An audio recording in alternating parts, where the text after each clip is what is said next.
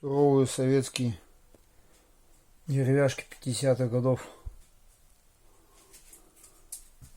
52-го года, кажется, это дом. Вот включатель еще советский. Все работает еще, как ни странно. Просто снято, потому что сюда вилки не входят.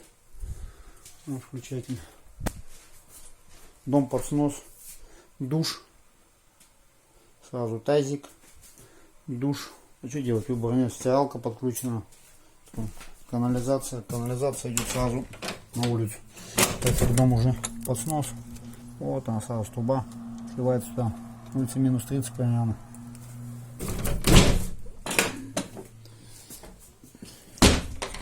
Документы не оформили эти товарищи нам.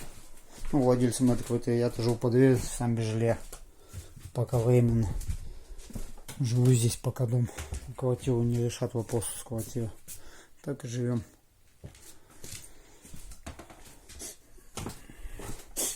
Со мной тоже не очень долго все решают.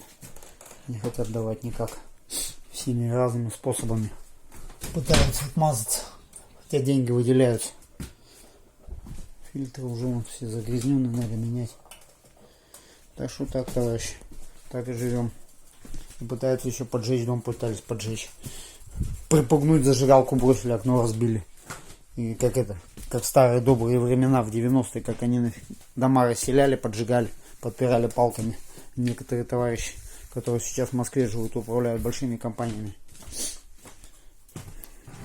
Всех поименно и пофамильно знаем. Все, заплатка. Уже второй год или третий заплатки.